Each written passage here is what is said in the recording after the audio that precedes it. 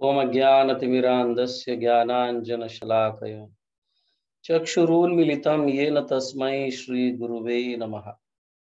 नमो विष्णुपादाय कृष्णप्रेष्ठाय भूतले श्रीमते भक्तिवेदांत स्वामिनिति नामिने।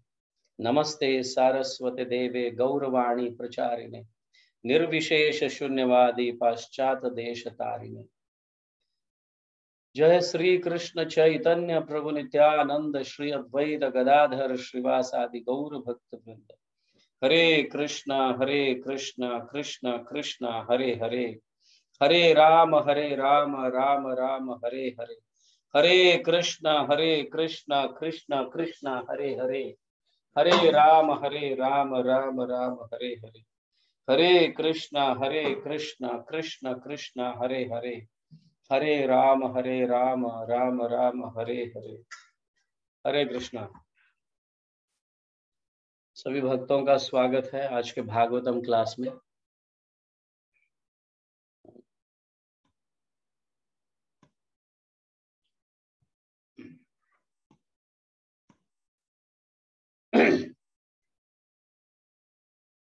कल श्री वामन द्वादशी हुआ। कल वामन देव का अपीयरेंस डे था, आविर्भाव उत्सव था, और उसी के उपलक्ष्य में आज हम भगवान श्री वामन देव के गुणगान गाने जा रहे हैं। आज का क्लास वैसे मैंने बताया था कि बार बार कई लोगों से ये प्रश्न किया जाता है, अच्छे लोगों के साथ बुरा क्यों होता है कि नहीं? हाँ, तो आज इस अध्याय को लेकर या वामन देव और बलि महाराज के संवाद के माध्यम से हम थोड़ा कुछ प्रकाश डालने का प्रयास करेंगे। पहले हम श्रीमद् भागवतम से इसकी चर्चा करेंगे, जिसके गुणगान गाने के लिए आज हम यहाँ पे इकट्ठा हुए हैं। भगवान वामन देव का गुणगान गाने के लिए आज हम यहाँ पे इकट्ठा हुए, और आज के अध्याय में देखेंगे कि भगवान स्वयं बलि महाराज की गुणगान गा रहे हैं। तो भगवान के गुण इतने विशेष है कि वो अपने भक्तों के गुणगान गाने में आनंद लेते हैं। ये भी उनका एक विशेष गुण है जिसके हम गुणगान गाने जा रहे हैं। तो श्रीमद् भागवतम 8वां स्कंद अध्याय 19वां और श्लोक संख्या 14वां होगा। पिता प्रहराद पुत्रस्ते तद्विद्वान् द्विजवत्सलः स्वम आयुर्द्विजलिंगेभ्यो देवेभ्यो अदात्स याचितः। यहाँ पे भगवान बलि महाराज के गुणगान गा रहे हैं। हम देखते हैं कि कैसे बलि महाराज के गुणगान भगवान स्वयं गा रहे हैं। तो यहाँ पे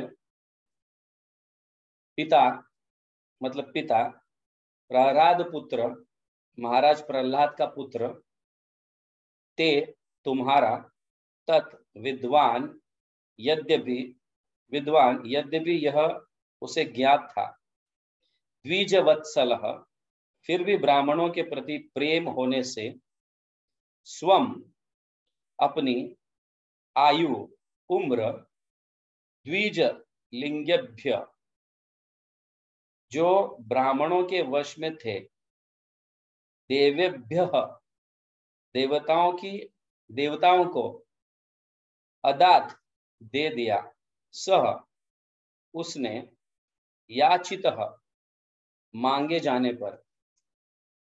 अनुवाद और भावार्थ तात्पर्य श्रील प्रभुपाद द्वारा। श्रील प्रभुपाद की जय।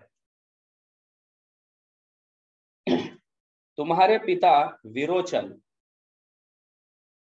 मतलब बलि महाराज के पिता विरोचन महाराज है, और विरोचन महाराज के पिता प्रहलाद महाराज है। ठीक है, तुम्हारे पिता विरोचन जो महाराज प्रहलाद के पुत्र थे, ब्राह्मणों के प्रति अत्यंत स्नेहिल थे। यद्यपि वे भली भांति जानते थे कि ब्राह्मणों का वेश धारण करके देवतागण उनके समक्ष आए थे, किंतु उनके मांगने पर उन्होंने उन्हें अपनी आयु दे डाली। और आगे कहते हैं, तुमने भी गृहस्थ ब्राह्मणों अपने पुरखों तथा महान कार्यों के लिए सुविख्यात शूरवीर जैसे महान पुरुषों के सिद्धांतों का पालन किया है। हे दैत्यराज, ऐसे कुलीन एवं मुक्त हस्त दान देने वाले आपसे मैं अपने पैरों के माप की केवल 3 पग भूमि की याचना करता हूं। हम इस कथा को भली भांति जानते हैं और कई बार हमने इस कथा को सुना है ना। बलि महाराज ने वामन जी के कहने पर 3 स्टेप्स, 3 पग भूमि दान देने की इच्छा की, क्योंकि उन्होंने मांगा था और ये दान देने के लिए तैयार हुए। और हम सब ये कथा को बहुत अच्छी तरह से जानते हैं। हम सब जानते हैं कि नहीं? यस, हम सभी इस कथा को बहुत अच्छी तरह से जानते हैं। तो यहाँ तात्पर्य में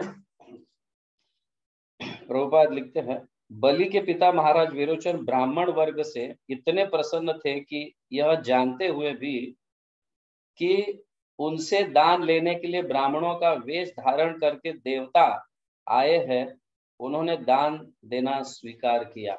हालांकि हम जानते हैं कि कौन हमें दान मांग रहे हैं। कहने का तात्पर्य यहाँ पे सुखदेव गोस्वामी ये समझाते हैं कि वामन देव भी ये कह रहे हैं, हे बलि महाराज, आपके पिता विरोचन जो है वो जानते थे कि दान मांगने के लिए ब्राह्मण नहीं आए, लेकिन ब्राह्मण के वेश में देवता आए हैं,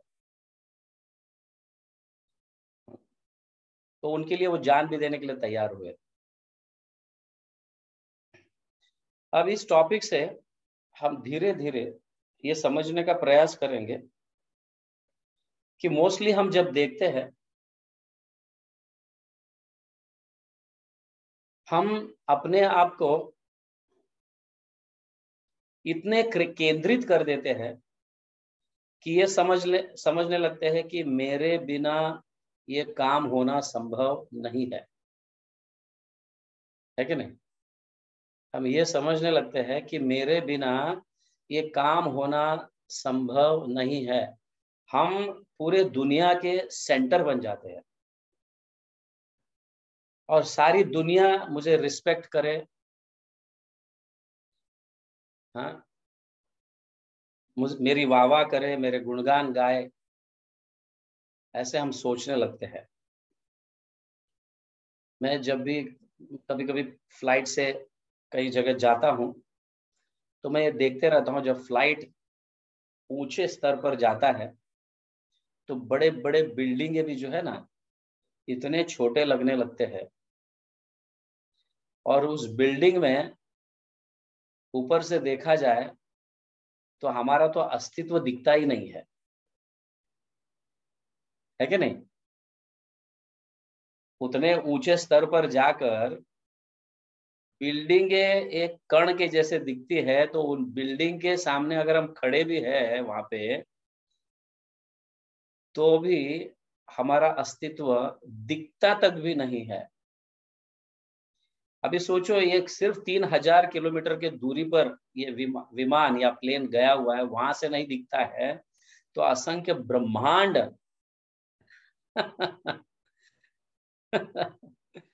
हमारी क्या गिनती होनी चाहिए। अब समझिए हमारी क्या गिनती होनी चाहिए। इसीलिए हम इस तथ्य को समझते नहीं और अपने आप को महत्व ज्यादा देते हैं, है ना। इसीलिए हम दुखी है। बट एनी हाउ, इस अध्याय के माध्यम से या इस श्लोक के माध्यम से या इस एपिसोड जो है बलि महाराज का और वामन देव के, इस एपिसोड के माध्यम से हम ये सीखेंगे कि अच्छे लोगों के साथ भी बुरा क्यों होता है, अच्छे लोगों के साथ बुरा क्यों होता है। तो सुखदेव एक्चुअली इसका उत्तर कहीं नहीं है। मोस्टली ज्यादातर हम हमारे कर्मों का फल है, हम पता नहीं कितने जन्मों पहले क्या किए थे। हाँ, बहुत सारा मतलब हम फिलोसॉफिकली तत्वों के माध्यम से बहुत कुछ कहने का प्रयास करते हैं। मैं भी ये प्रश्न बहुत शुरुआत में किया था किसी सन्यासी से या किसी भक्त से, जब मैं पहली बार क्लास सुन रहा था मुंबई में। अच्छे लोगों के साथ बुरा क्यों होता है प्रभु? तो एक भक्त ने समझाया, हमारे कर्मों का फल है। हो सकता है कि कर्म हमने ऐसे कुछ किए हैं जिसके कारण परिस्थिति आज भोगना पड़ रहा है। इतना कुछ घंटों तक समझाने के बाद भी यही प्रश्न हम दूसरे भक्तों से करते हैं वापस, कि अच्छे लोगों के साथ बुरा क्यों होता है। क्योंकि हम सेटिस्फाइड नहीं है, जो भक्त ने मुझे कहा उससे मैं सेटिस्फाइड नहीं हूं, इसीलिए मैं ये प्रश्न और किसी को करता हूं और वो उससे कुछ अलग जवाब का प्रयास या अलग जवाब आए, ऐसी हमारी इच्छा होती है। वहां पे भी हम सेटिस्फाइड नहीं होते हैं। वही प्रश्न तीसरे व्यक्ति से करेंगे, चौथे व्यक्ति से करेंगे और इस तरह से हम डिससेटिस्फाइड रहेंगे। आप समझ रहे हैं?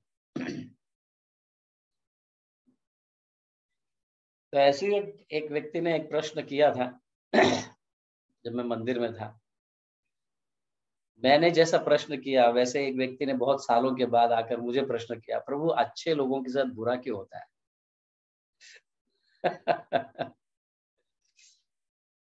तो बोला, भाई तुम्हारे साथ क्या हुआ? अरे मैं एक्टिवा लेकर आ रहा था, सडनली स्लिप हो गया और गिर गया। तो स्लिप होकर गिरना उसके लिए बहुत बुरा था और अपने आप को बहुत अच्छा व्यक्ति समझ रहा है। अच्छे लोगों के साथ बुरा क्यों होता है? श्रीमद् भागवतम में इस प्रश्न को लेकर सुखदेव गोस्वामी एक अलग ढंग से प्रस्तुत करते हैं। और पूरा श्रीमद् भागवतम अगर देखा जाए, सारे स्टोरीज या इतिहास जो श्रीमद् भागवतम में सुखदेव गोस्वामी कहे हैं, सारे स्टोरीज इस प्रश्न के इर्द गिर्द घूम रहे हैं, अच्छे लोगों के साथ बुरा क्यों होता है। इसके इर्द गिर्द ही घूम रहे हैं, समझ गया। बट सुखदेव गोस्वामी बहुत सुंदर ढंग से, हाँ, परीक्षित महाराज को ये समझाते हैं।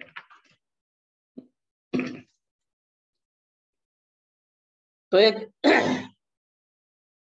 इसका निष्कर्ष जो है, एक अलग ढंग से सुखदेव गोस्वामी को परीक्षित महाराज को सुखदेव गोस्वामी समझाते हैं और उनको बताते हैं कि तुम्हारा जो दुख है ना सुखदेव परीक्षित, ये कुछ भी नहीं है।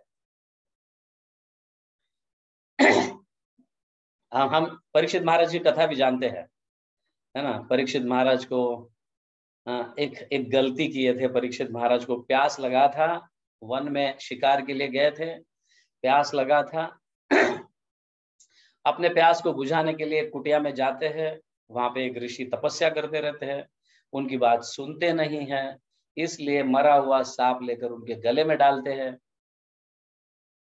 है ना।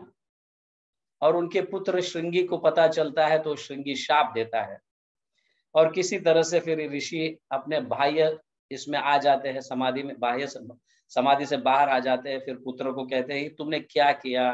फिर किसी तरह से मैसेज भेजा जाता है परीक्षित महाराज को, और परीक्षित महाराज जान जाते हैं कि अब मेरे पास 7 ही दिन रहे। हाँ, इस ऋषि के पुत्र ने मुझे शाप दिया है, अब 7 ही दिन, अब तक क्या करें।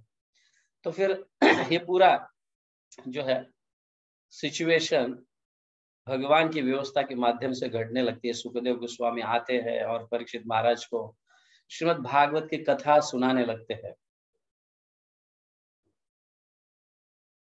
अभी देखो, परीक्षित महाराज तो गलती किए हैं थोड़ा, इसलिए हालांकि इतने छोटे गलती का इतना बड़ा दंड तो होना नहीं चाहिए, एंड नो डाउट, क्योंकि जब भी हम किसी को शाप देते हैं या किसी को दंड देते हैं, हमें दंड भी उतना ही देना चाहिए जितना उसने गलती किया है। जब हम दंड गलती के बराबर नहीं देते, उससे अगर ज्यादा देते हैं, तो हमारे कुछ जो भाग्यशाली, जो भाग्य जो कहते हैं ना, हमारे कुछ भाग्य नष्ट होने लगते हैं। समझ गया, हमारे कुछ भाग्य जो है थोड़े नीचे के स्तर पर आ जाते हैं। जो हमने अपनी साधना से जो प्राप्त किया था, जितना बड़ा दंड, उतना बड़ा साधना का जो समय या जो भी कुछ साधना में लगने वाली शक्ति, उतनी बड़ी शक्ति निकल जाती है। इसलिए योग्य मात्रा में ही जब हम दंड देते हैं तो वो शक्ति क्षीण नहीं होती। खास करके भक्त लोग जो है कभी भी किसी को शाप नहीं देते, क्योंकि वो जानते हैं कि कृष्ण प्रेम प्राप्त करने के लिए कितना बड़ा साधना करना पड़ता है। जबरदस्त, कृष्ण प्रेम प्राप्त करने के लिए बहुत बड़ी साधना लगती है। भगवान तो आपको सब कुछ दे देंगे, ये ले, धन चाहिए धन ले ले, ये पोस्ट चाहिए पोस्ट ले ले, ये चाहिए वो ले ले, लेकिन प्रेम भगवान कभी किसी को नहीं देते। समझ गए ना। उसके लिए बहुत विनम्र, सहनशीलता, ये सब होनी चाहिए। तो परीक्षित महाराज को ये बता रहे, नो डाउट तुम्हें दंड बहुत भयानक मिला है, फिर भी तुमने थोड़ी गलती की है। समझ गए ना। किसी ऋषि के गले में आपने सांप डाला है, जिसके कारण आपको इतना बड़ा शाप मिला है। बट प्रहलाद महाराज देखो, सुखदेव गोस्वामी परीक्षित महाराज को समझा रहे, प्रहलाद महाराज ने अपने जीवन में क्या गलती किया था बताइए। प्रहलाद महाराज अपने जीवन में क्या गलती किए थे? कुछ भी नहीं। बहुत बहुत बहुत छोटे उम्र से वो भगवान का नाम लेना प्रारंभ किया था। उनके जीवन में कभी भी उन्होंने गलती नहीं की, फिर भी उन्हें ऐसे ऐसे दंड मिल रहे थे। हाँ, और वो भी अपने पिता के माध्यम से। जो व्यक्ति अपने पुत्र की रक्षा करनी चाहिए, वही व्यक्ति दंड दे रहा है अपने पुत्र को, बिना मतलब कोई मतलब किसी भी प्रकार की गलती के बिना। कितना बड़ा ये लगता है ना। कुछ कुछ गलती किए है, हमको दंड मिल रहा है, तो हम समझ सकते हैं। But the worst condition is, कुछ गलती नहीं किया है, हाँ? और कुछ गलती नहीं है किया है फिर भी दंड मिल रहा है, वो थोड़ा और भी ज्यादा वर्स्ट है। बट गलती नहीं किया है, वो अपने स्वजनों के माध्यम से दंड मिल रहा है, ये तो सबसे वर्स्ट थिंग है ना। अभी समझिए कि एक बहुत बड़ा सेलिब्रिटी है, सेलिब्रिटी है। हमने इसके एग्जाम्पल्स को भी देखे हैं।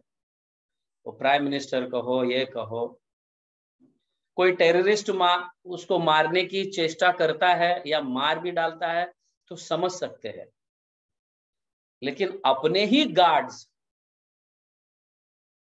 हाँ, अपनी ही सुरक्षा करने वाले लोग अगर उस सेलिब्रिटी को मारते हैं तो ये सबसे वर्स्ट थिंग हुआ कि नहीं? हाँ, हुआ कि नहीं? अपने ही लोग अपने को घात करते हैं तो हम समझ सकते हैं कि कितना जबरदस्त, मतलब बहुत डिस्टर्ब हो जाते हैं हम। तो यहाँ पे सुखदेव गोस्वामी ये समझाना चाहते हैं, इन सारे एपिसोड के माध्यम से जितने भी भक्त है, ऑफ कोर्स भक्त लोग तो सबसे अच्छे, दुनिया में सबसे अच्छे लोग भक्त है कि नहीं? अगर मतलब सारे समाज में या सारे दुनिया में देखा जाए, अच्छे लोग हैं, बुरे लोग हैं। बुरे लोगों को हम छोड़ देते हैं दुनिया में। हमारा ये प्रश्न है कि अच्छे लोगों के साथ बुरा क्यों होता है? तो दुनिया, आधी दुनिया समझो अच्छे लोग हैं, लेकिन उनसे भी कैटेगरी ऊपर के स्तर पर जो है सबसे अच्छे लोग, वो है भक्त।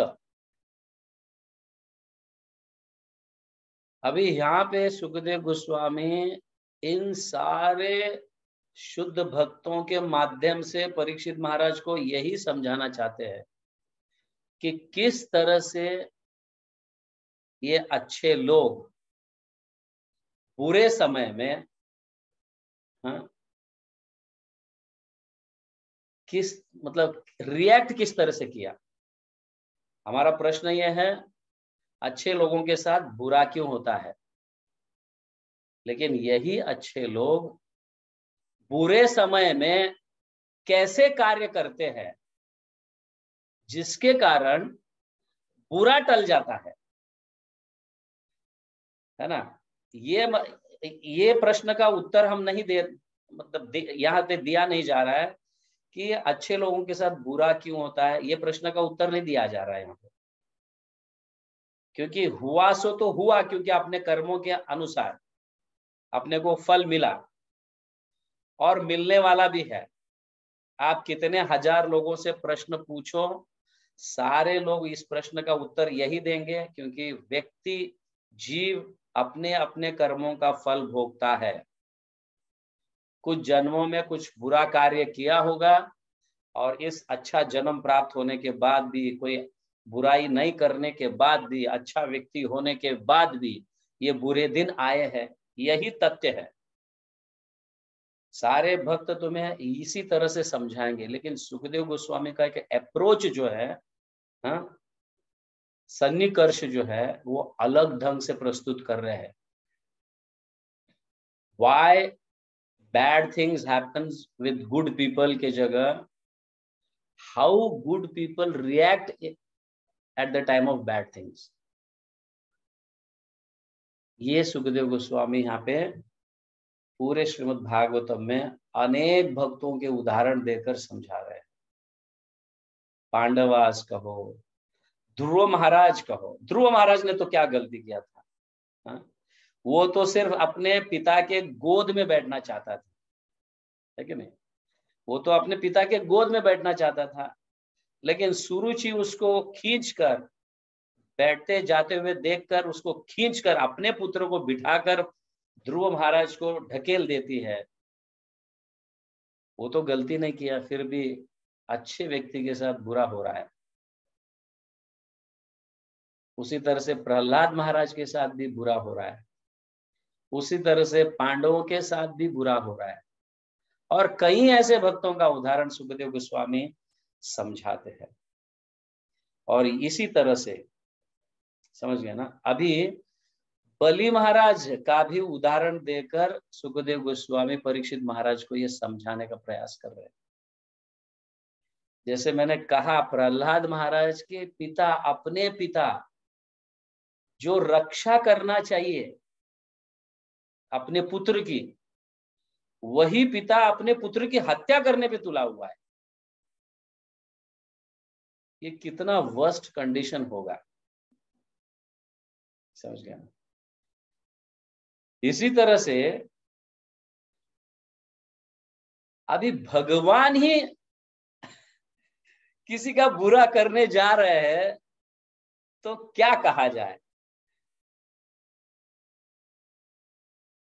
अब समझ में आ रहा है आपको? हाँ, बलि महाराज भी अपने जीवन में कभी भी कोई किसी का बुरा नहीं किया है। ऑफ कोर्स वो क्षत्रिय है, नो डाउट। हाँ, वो अपने राज्य का प्रचार प्रसार बढ़ाना चाहते हैं, नो डाउट, क्योंकि क्षत्रिय है। हाँ? लेकिन यहाँ सारे देवता भगवान के पास जाकर याचना करते हैं कि बलि महाराज यज्ञ कर रहे हैं, अभी ये यज्ञ करेंगे और इस यज्ञ में सफल तो निश्चित होंगे, क्योंकि अभी तक जितने भी यज्ञ किए हैं शुक्राचार्य की अध्यक्षता में, बलि महाराज का यज्ञ सफल हुआ है, और इतना जबरदस्त कि वो पूरे ब्रह्मांड को जीत लेते थे। समझिए, जितने भी लोग हैं उन लोगों को जीत लेते थे। अभी इंद्र जो है बड़े चिंता में आ गए और जाकर अन्य देवताओं के साथ भगवान के सामने याचना की थी, और भगवान स्वयं इंद्र का भाई बनकर आए हुए हैं वामन देव के रूप में। अभी यही भगवान अपने भक्त को हानि पहुंचाना चाहते हैं। अब सोचो, हम ज्यादातर भगवान के पास जाते क्यों हैं? हमारे दुखों को नष्ट करे। हे भगवान, आप हमारे दुखों को नष्ट करो, इसलिए हम भगवान के पास जाते हैं। हमारा डिस्ट्रेस कहो, स्ट्रेस कहो, टेंशन कहो, जो भी है, हम भगवान के पास जाकर हाथ फैलाते हैं। अभी यही भगवान अगर हमें दुख देने के लिए आ रहे हैं तो अभी हम जाए किसके पास? बलि महाराज जाए किसके पास, ये बताओ। तो ये 8वें स्कंद में बलि महाराज की ये कहानी जो है, जनरली हम यही सोचते हैं कि मुझे सबसे ज्यादा दुख है। हमारे आसपास भले कितने भी दुखी लोग हो, हम यही सोचते हैं कि मैं ही सबसे ज्यादा दुखी हूं। ये बराबर है कि नहीं, हीना माता जी? ये बराबर है, आप ना नहीं कह सकते। ये तथ्य है, क्योंकि हमें दूसरों के दुख का अनुभव नहीं आता है, लेकिन अपने दुख का अनुभव जरूर होने के कारण हमें ऐसा ही लगता है कि दूसरों के दुख से मेरा दुख सबसे ज्यादा है।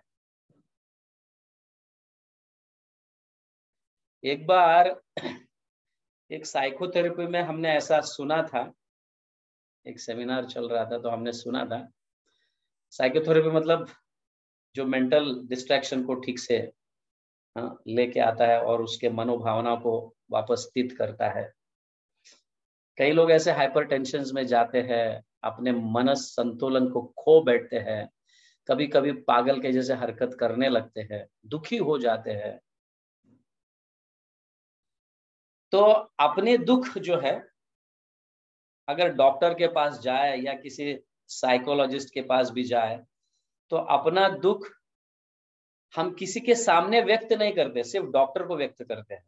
अगर 4 लोग बैठे भी होंगे ना हमारे बाजू में, दूसरे अन्य लोग बैठे भी होंगे, तो उनके सामने हम अपना दुख व्यक्त नहीं करते, क्योंकि इट इज पर्सनल। बट कुछ डॉक्टर्स ऐसे ग्रुप थेरेपी से इस दुख को नष्ट कर रहे हैं कुछ डॉक्टर्स, ग्रुप थेरेपी से। तो ये ग्रुप ऐसा है कि सभी के सामने सभी को साथ में बिठाया जाता है और बोर्ड के ऊपर अपने अपने दुख को लिखने के लिए कहते हैं, तुम्हें जो दुख है वो बोर्ड के ऊपर लिख दो। एक व्यक्ति आता है, मैं इस व्यक्ति से परेशान हूं बहुत। दूसरा व्यक्ति आता है, मेरा पूरा धन लूट गया। तीसरा व्यक्ति आता है, मेरी बीवी मुझे बहुत परेशान करती है। चौथा व्यक्ति आता है, मेरा पुरुष, मेरा हस्बैंड जो है बहुत मतलब दारू पी के आता है, मैं परेशान हो जाती हूँ, मुझे मारते रहता है।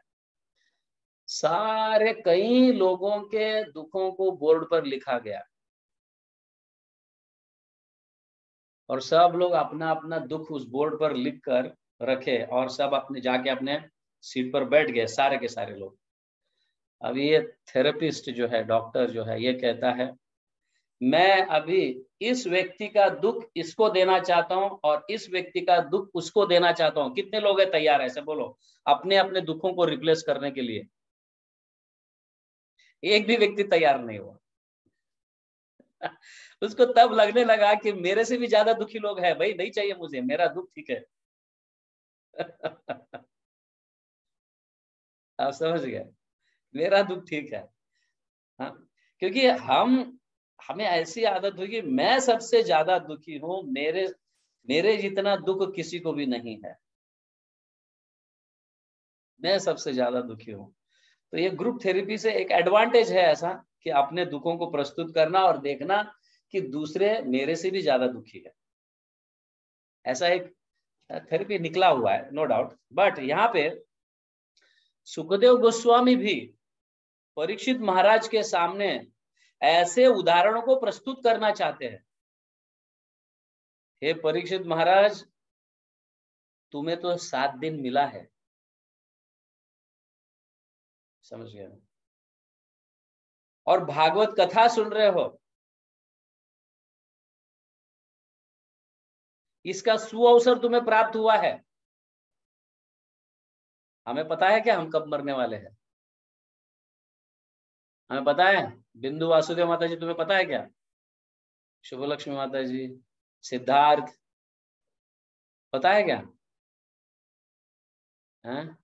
जब परीक्षित महाराज को पता चला कि मेरे पास 7 ही दिन है, तुरंत उसने ऐसी व्यवस्था की उन्होंने कि अब मुझे कुछ भी देखना नहीं। सारे अपने राजपाट सभी से भी उन्होंने मतलब त्याग दिया, सबको त्याग कर जाकर गंगा के तट पर बैठ गए और सुखदेव महाराज से, सुखदेव गोस्वामी से, हाँ, परीक्षित महाराज श्रीमद् भागवत की कथा सुनने लगे।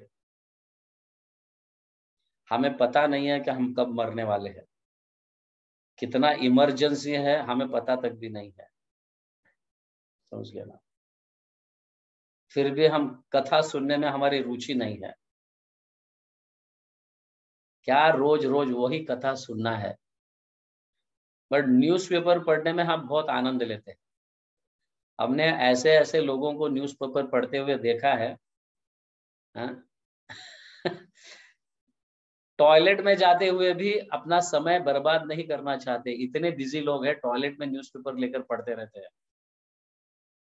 लेकिन कथा सुनने के लिए उनमें कोई भी प्रकार की रुचि नहीं है, क्योंकि कथा सुनने से हमें ये उत्तर मिल जाता है अच्छे लोगों के साथ बुरा क्यों होता है और बुरे समय में अच्छे लोग क्या करने से वो बुरा टल जाता है।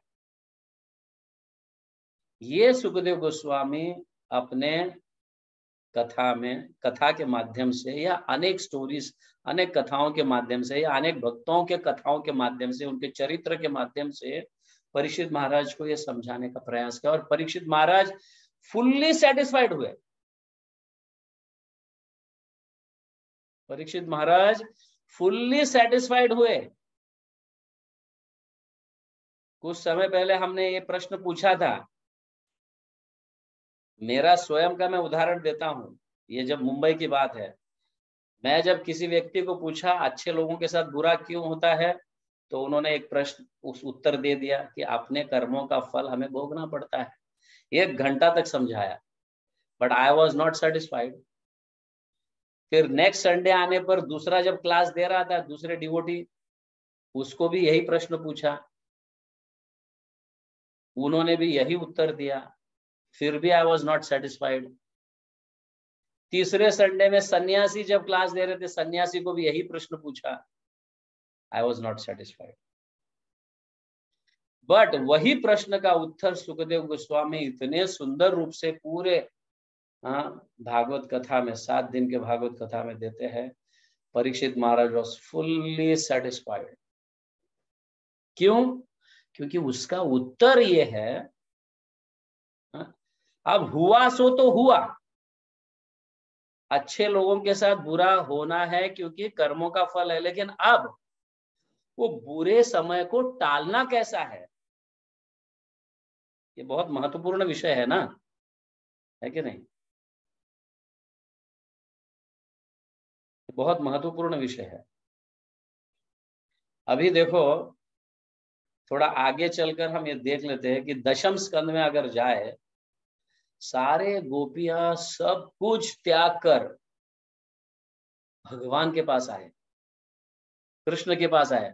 सारे गोपियां सब कुछ त्याग कर, अपने पति को, अपने ससुर को, सास को, बच्चों को, सब कुछ त्याग करा। मतलब क्या हमारा समाज में क्या नाम होगा, कितना बदनाम होगा, इसको भी त्याग कर सारे गोपियां भगवान के पास आए थे, और भगवान उनको त्याग कर दूसरी जगह चले गए। हाँ, कुछ समय के बाद मथुरा गए, और मथुरा से इतना दूर गए द्वारका कि बेचारे गोपियां वहां तक जाएगी भी कैसे। तो अच्छे लोगों के साथ बुरा क्यों होता है? गोपियां तो कुछ भगवान के प्रति कुछ अपराध या कुछ ऐसा गलतियां तो नहीं की, गोपियां तो फुल्ली भगवान को संतुष्ट होने के लिए सब कुछ त्याग दिया था। फिर भी ऐसे अच्छे गोपियों के साथ पूरा लाइफ रोना पड़ा। कब आएंगे हमारे भगवान, कब हमसे मिलेंगे, कब मेरे कृष्ण कहाँ गए, हाँ, क्यों हमसे रूठे हैं, हाँ? ये बहुत महत्वपूर्ण विषय है ना, है ना? तो यहाँ पे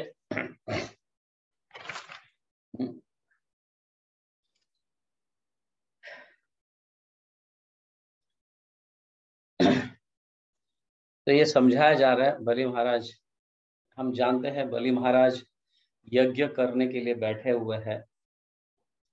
अभी यज्ञ करते समय ये बहुत जरूरी ध्यान रखना है कि कुछ ना कुछ तपस्या, तप करना जरूरी होती है, जरूरी होता है। तप के बिना फल नहीं मिलता है। हम भी जब दीक्षा लेते हैं तो दीक्षा मिलना तक हम उपवास करते हैं, कुछ कुछ लोग निर्जला रहते हैं, है ना, तभी उसका फल प्राप्त होता है। दीक्षा भी लेना है, हमको खाना भी है, पीना भी है, पेट भर कर रहना है, और दीक्षा के समय सोते रहना है।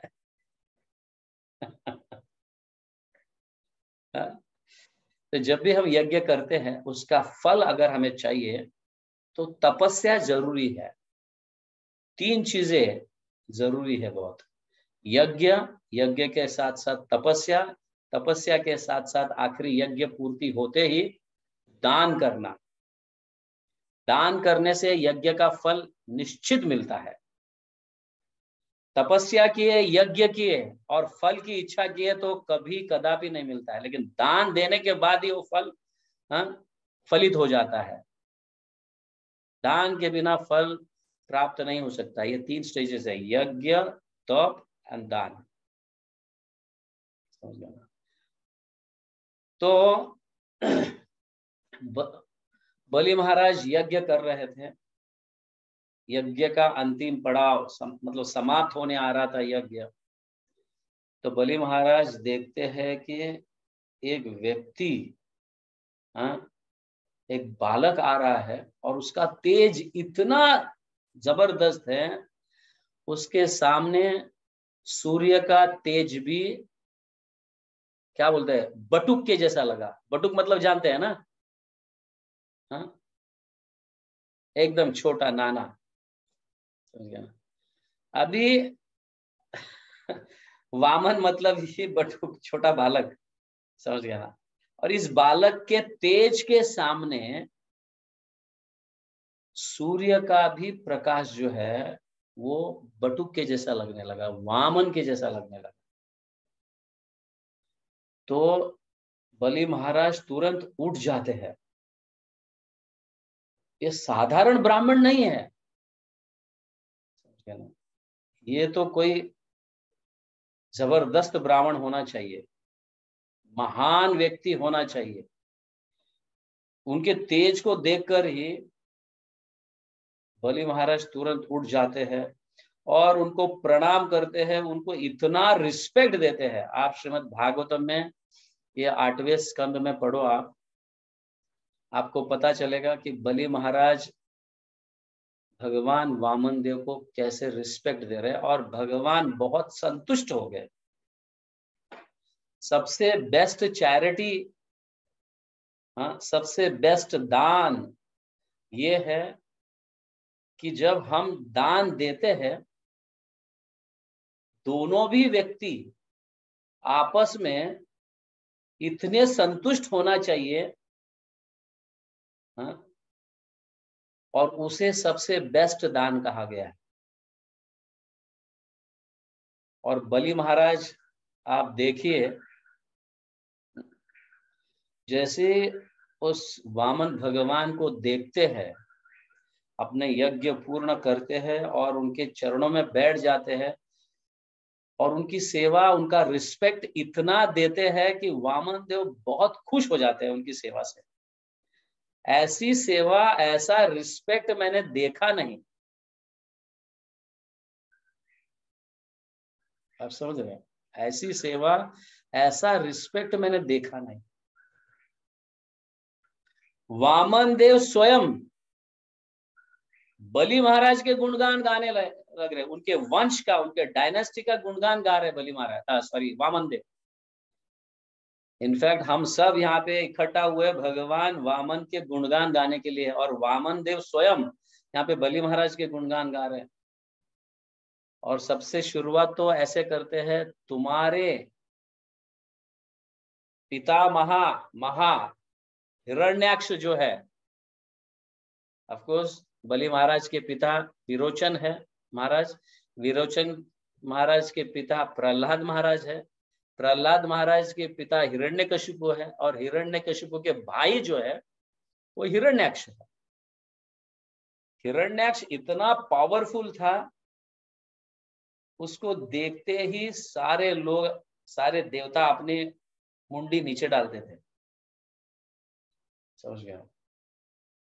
उन्हें पूरे मतलब भ्रमण कर कर उनके बराबरी का कोई क्षत्रिय था ही नहीं उस समय,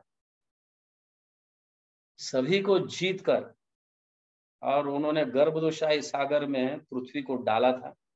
और हम सब जानते हैं, वराह के रूप में भगवान प्रकट होकर हिरण्याक्ष को मारे।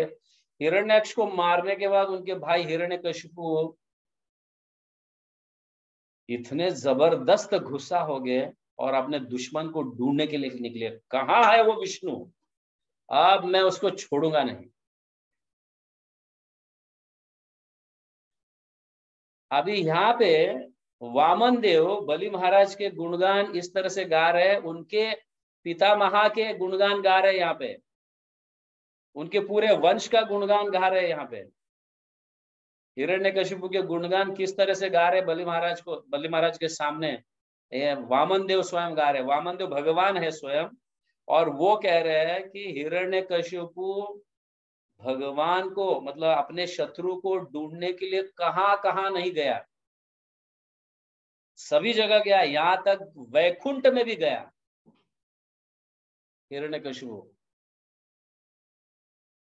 वहां पे वैकुंठ में भी भगवान नहीं थे, वैकुंठ में भी भगवान नहीं थे। भगवान ये सोचे कि अब ये मुझे मारने के लिए सारा पूरा ब्रह्मांड ढूंढेगा, सभी जगह आएगा, अब मैं जाऊं तो कहां जाऊं। सबसे सुरक्षित स्थान ये है कि उसके हृदय में ही जाके बैठ जाओ, हिरण्यकशिपु के हृदय में ही जाके बैठ जाओ। तो भगवान स्वयं हिरण्यकशिपु के हृदय में जाके बैठ गए, और हिरण्यकशिपु जब वैकुंठ में गए तो वहां तो भगवान थे ही नहीं, समझ गया ना। सारा साम सुम था एकदम, एक व्यक्ति भी वहां पे दिखा नहीं। फिर हिरण्यकशिपु ऐसे समझ गए अभी ये इस जगह गए जहां से कोई व्यक्ति वापस नहीं आता, मतलब मर गया। तो ये नास्तिक लोग जो है ना भगवान को मार भी डालते हैं। हमने देखे ऐसे ऐसे कार्टून के भगवान को लंबी लंबी दाढ़ी, हाँ, और लंबे लंबे बाल और सारे सफेद, समझ गया ना। यहाँ तक कि उनके कपड़े फटे हुए, ऐसा लगता है कि बहुत अनादिकाल से भगवान है। ऐसे हमने देखे हैं कैसे, मतलब ऐसे कुछ कार्टून्स में हमने देखे हैं, समझ गया ना।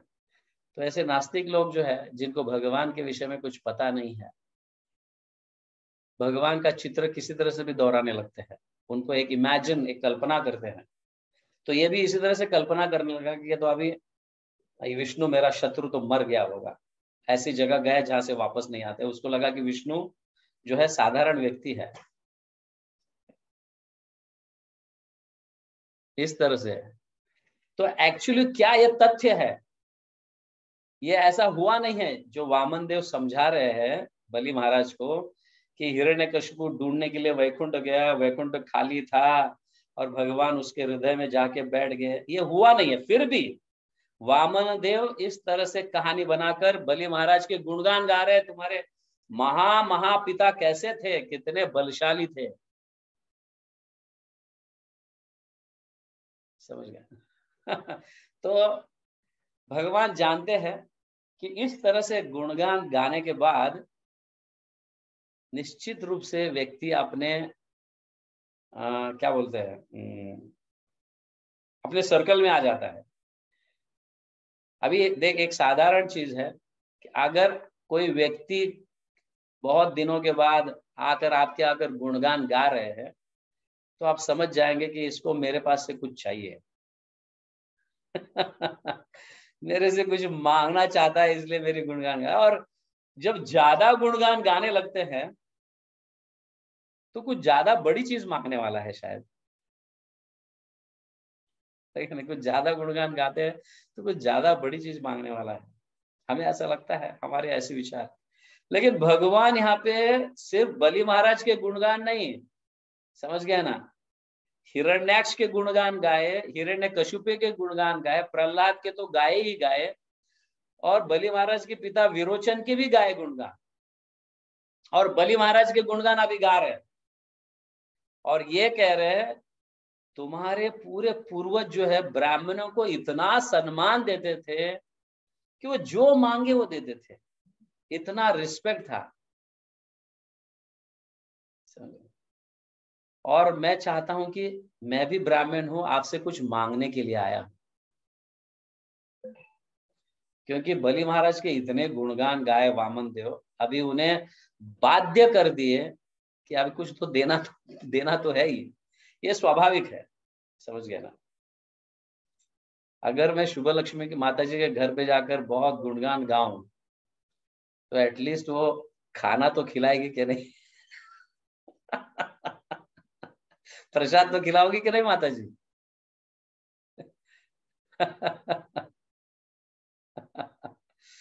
तो समझ लेना ये कोई नई चाल है, ऐसा कुछ नहीं है। बट भगवान स्वयं देखो इस तरह से हमें समझा रहे हैं कि जब आप गुणगान गाते हो और मांगते हो तो निश्चित रूप से मिलता है।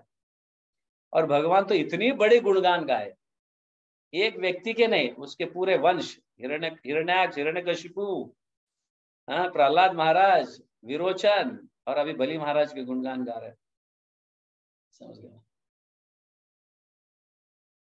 तो बलि महाराज को कुछ तो बड़ा देना पड़ेगा, क्योंकि बहुत बड़े गुणगान गाए हैं, बड़ा देना पड़ेगा। और यहाँ पे वामन देव, बलि महाराज जब तैयार हो जाते हैं, मांगो ब्राह्मण देव क्या चाहते हो, तो बोलते मेरे को 3 पग जमीन चाहिए, 3 स्टेप्स। तो बलि महाराज को एक मतलब इंसल्ट के जैसा फील होने लगता है। और तू मांग क्या रहा है? तू छोटा बच्चा है अभी, तुझे मांगने भी नहीं आता है। जिस तरह से, जिस ज्ञान के माध्यम से तूने मेरे गुणगान गाए और ऐसे शब्द का उच्चारण किया, और तू मांग रहा है सिर्फ 3 पग जमीन। तू बहुत छोटा है, अज्ञान है। और भगवान 3 पग जमीन मांगे तो भी क्या मांगे? मेरे 3 पग का जमीन। ये नहीं कि तुम्हारे 3 पग का जमीन मुझे चाहिए, मेरे 3 पग। भगवान कह रहे हैं। आप समझ रहे हो इसका अर्थ क्या है? हाँ? हाँ? एक लाइन भी खींच दिया, मुझे 3 पग जमीन चाहिए, लेकिन मेरे पग का जमीन चाहिए। हो सकता है 3 पग मांगने के बाद हिरण्यकशिपु 3 बार ऐसे 3 पग डालेंगे, हाँ ले भाई तो तेरा जमीन। नहीं, भगवान यहाँ पे कंपल्शन कर रहे हैं कि 3 पग जमीन चाहिए, लेकिन मेरे 3 पग का जमीन चाहिए। तो हिरण्यकशिपु एकदम हैरान हो जाते हैं, अरे कुछ बड़े व्यक्ति का पग जमीन तो मांग। तू एक तो छोटा बालक है, तेरा 3 पग कितना होगा? तेरा 3 पग, तू छोटा बालक है, हाँ, बटुक है, तो तेरा 3 पग जमीन कितना होगा? एटलीस्ट तू कुछ ऐसे ऊंचे व्यक्ति के पग का जमीन मांग, तो थोड़ा बहुत ज्यादा तो मिले। तो वहां पे वामन देव समझाते हैं, मेरे लिए पाप के समान है। मुझे जितना जरूरी है उतना ही मुझे लेना चाहिए। अगर मैं ज्यादा लूं तो मेरी कीर्ति नष्ट हो जाएगी। समझ गया ना? मेरी कीर्ति नष्ट हो जाएगी। समझ गया ना? तो ब्राह्मण व्यक्ति को या सन्यासी व्यक्ति को, या कुछ ऐसे साधु संतों को उतना ही लेना चाहिए जितनी आवश्यकता है। ये यहाँ से हमें सीख मिलता है, जितनी आवश्यकता है उतना ही लेना चाहिए। ज्यादा इकट्ठा करोगे तो ऑब्वियसली डेंजरस पल आ सकते हैं। समझ गए ना? हम अगर ज्यादा इकट्ठा करोगे तो ज्यादा टेंशन में रहते हैं क्या नहीं? घर को ताला लगाने के बाद भी हम 10 बार उसको खींच के देखते हैं, ताला ठीक से लगा है क्या नहीं, कोई तोड़ ना सके। अगर घर के अंदर तिजोरी में ज्यादा धन है, सपोज 10-15 तोला सोना है, हाँ कुछ है, एक 50 लाख रुपए तिजोरी में है, 10-15-16 तोला सोना है, तो हम घर से बाहर जाते समय पता नहीं कहाँ कहाँ ताले लगा के जाते हैं। हो सकता है हमारा बस चले तो हम खिड़की को भी ताला लगा के चले, सिर्फ दरवाजे को नहीं, खिड़की को भी ताला लगाएंगे। है कि नहीं? और वो भी वो भी अगर 10 दिन के लिए जा रहे हैं तो अड़ोस पड़ोस को भी बोल के जाएंगे, जरा घर के पास ध्यान रखना, जरा घर के पास ध्यान रखना, आप भी जरा ध्यान रखना। ये अच्छा है कि हम ये नहीं बोलते कि घर के अंदर 15-16 तोला सोना है, 50 लाख है उसके अंदर, जरा घर के पास ध्यान रखना। आप समझ गए? हाँ, तो यहाँ पे श्री वामन भगवान ये समझाना चाहते हैं, व्यक्ति को दान उतना ही मांगना चाहिए जितनी जरूरत है। इसका अर्थ है व्यक्ति को ज्यादा प्रयास नहीं करना चाहिए इकट्ठा करने के लिए। जितनी जरूरत चीजें हैं उतनी ही लेनी चाहिए, ताकि दूसरे दिन हम, हाँ, आलस छोड़कर काम कर सके और दूसरे दिन वापस कमा सके। नहीं तो जब इकट्ठा करेंगे तो हमारे कमाने की जो भावना है ना वो खत्म हो जाए। अभी तो 1 साल जैसा चलने जैसा है, अभी क्या कमाना है। तो इस आलस में, मतलब ऐसी आलस चढ़ जाती है, फिर हमारी अंदर की शक्ति हीन हो जाती है, और जब धन खत्म हो जाता है तो फिर वापस काम करने जाते हैं तो बहुत थकान हो जाता है। थोड़ा करते हैं तो थक जाते हैं, थोड़ा करते हैं तो थक जाते हैं। एम आई राइट और रॉन्ग? है कि नहीं? तो व्यक्ति को रोज मेहनत करना चाहिए। व्यक्ति को रोज मेहनत करना चाहिए, ताकि उसको मेहनत करने की भावना नष्ट ना हो। तो इस तरह से वामन देव बलि महाराज को समझा रहे, मेरे लिए मेरे जरूरत से ज्यादा थोड़ा भी लूंगा तो मेरी कीर्ति नष्ट हो जाएगी, मेरी साधना की शक्ति नष्ट हो जाएगी। और यह स्वाभाविक है, भगवान जब कह रहे हैं ऐसा, आवश्यकता से ज्यादा जब कमाते हैं हमारी कीर्ति नष्ट हो जाती है, हमारा मतलब ऐसे स्तर पर आ जाते हैं कि हाइपर टेंशन, टेंशंस और सारा ध्यान कहीं और रहता है, भजन के अलावा और कहीं और ध्यान रहता है, और ये स्वाभाविक है। और इस तरह यहाँ पे बलि महाराज, दूसरे साइड में बलि महाराज ये सोच रहे, अरे मांगना तो कुछ मांग, तू छोटा बालक है, तेरे पग कितने छोटे छोटे हैं और तेरा 3 पग भी कितना दूर होगा, कितना लंबा होगा, तू मांग कुछ और। इस तरह से वामन देव कहते मैं नहीं मांग सकता, मेरे 3 पग का जमीन ही मुझे चाहिए। और जब वो आखिर में जब आचमन कर संकल्प करने जा रहे हैं, तब शुक्राचार्य बोलते हैं नहीं देना, ये संकल्प मत करना, क्योंकि ये इंद्र का भाई है, भगवान स्वयं है, और तुझे इतने नीचे तक पहुंचा देगा कि तेरा सब नष्ट हो जाएगा, तेरा सब कुछ नष्ट हो जाएगा। यहां तक कि इतने, मतलब देखो, ऐसा तो शुक्राचार्य जब जब उन्हें गाइड किए हैं, एडवाइस दिया है, हर हमेशा वो फलित हुआ है। एक बार तो बलि महाराज मर गए थे, उनके आत्मा को सुरक्षित रखकर, संजीवनी देकर फिर उनको वापस जीवित किए। आप सोचिए, ऐसे व्यक्ति के एडवाइस को कैसे ठुकरा सकते हैं, बताओ, ठुकरा सकते हैं ऐसे व्यक्ति के एडवाइस को? हाँ। और शुक्राचार्य कह रहे हैं, देखो ध्यान रखो, ये व्यक्ति साधारण नहीं है, ये व्यक्ति भगवान है, 3 पग जमीन मांग रहे और वो छोटे बालक के रूप में आए हैं, तुम इस माया में मत फंसो, उनके एक पग आपको पता नहीं कितना दूर तक जाएगा, दूसरा पग क्या क्या मतलब समेट लेगा, और तीसरा पग रखने के लिए जगह भी नहीं होगा तेरे पास, इसलिए मत देना।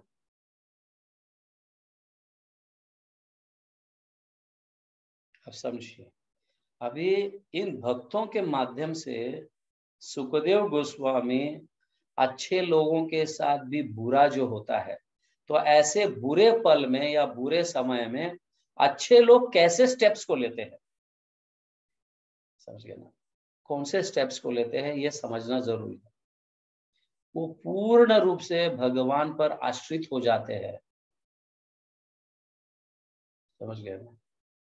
अपने कर्मों के फल तो हमें भोगना ही है, भले इस जन्म में हमने एक सिंगल फ्रैक्शन कोई पाप भी नहीं किया होगा, और हमारे विचार कभी विकार भी नहीं हुए होंगे, बहुत अच्छी तरह से हम अपना जीवन जी रहे होंगे, फिर भी हमें दुख आएंगे, क्योंकि कुछ जन्मों के फल, कर्म के फल अब उपजीत होंगे और हमें दुख भोगना पड़ेगा, और ये प्रत्येक जीव के साथ होता है। अरे भगवान को भी नहीं छोड़े हैं, आप समझ मुझे ऐसा नहीं कहना चाहिए, बट हम देखते हैं जब भगवान जन्म लिए, कारागार में जन्म लिए कृष्ण, हाँ, और माता पिता को त्याग कर दूसरी जगह जाना पड़ा, समझ गए ना, इतना बड़ा राजा के पुत्र, हाँ, किसी वैश्य के पास, मतलब हाँ, खेती बाड़ी करने वाले, हाँ, उनके पास जाकर रहना पड़ा, यशोदा बाबा, नंद मैया, सॉरी, नंद बाबा, यशोदा माई, उनके पास जाकर रहना पड़ा। आप सोचिए तो सही, कि मतलब इवन राम भगवान को भी वनवास लेना पड़ा अपने पत्नी के साथ, सोचो। वैसे तो हम कहते हैं दुखालयम अशाश्वतम, बराबर, ये भौतिक जगत दुखों का सागर है, ऐसे हम कहते तो है, लेकिन ऐसा नहीं है, ये सुखों का सागर है। सुख का सागर है। भगवान हमें इतने सारे सुख भोगने के लिए, अगर हम ब्रह्मांड देखेंगे ना, पूरा ब्रह्मांड, पृथ्वी के ऊपर सारे स्वर्गलोक है, समझ गया ना, यहाँ से ब्रह्मा जी तक पृथ्वी के ऊपर जितने भी ग्रह है वो सब सुख भोगने के साधन है कि नहीं? वहां पे सुख के अलावा कुछ भोगा ही नहीं जाता है, सारे सुख ही सुख, समझ गया ना। और पृथ्वी के नीचे जो है बिल्व स्वर्ग बोलो, ये स्वर्ग, वहां पे भी इतना ऐश्वर्य है कि हम कल्पना नहीं कर सकते हैं। तो पूरा ब्रह्मांड सुख सुख से भरा हुआ है, पूरा ब्रह्मांड सुख से भरा हुआ है। हम कहते तो है दुखालयम अशाश्वतम, और भगवान ये चाहते हैं कि हम सुखी होते होते होते होते इस जानकारी तक पहुंचे कि भाई ये सुख भी जो है इनकम्प्लीट है, पूर्ण सुख नहीं है। तब जब हम ये समझेंगे ये सुख, ये हैप्पीनेस, ये इनकम्प्लीट है, तब तुम मेरे पास आओगे। तो स्टेप बाय स्टेप सुख का ही अनुभव है। बट हमारा ग्रीडीनेस जो है, लालच हमें इतना है कि हमें जितना चाहिए उतना नहीं, और भी चाहिए, और भी चाहिए, और भी चाहिए, और भी चाहिए।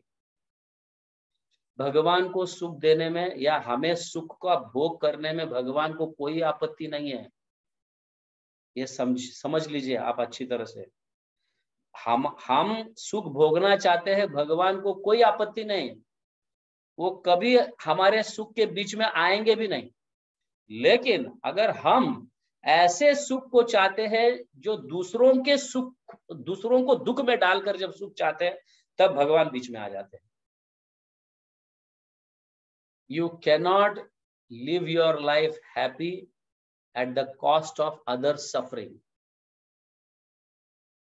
दूसरों के दुखों के आधार पर आप सुख या आप सुखी नहीं रह सकते, तब भगवान को प्रॉब्लम होता है, समझ गए ना।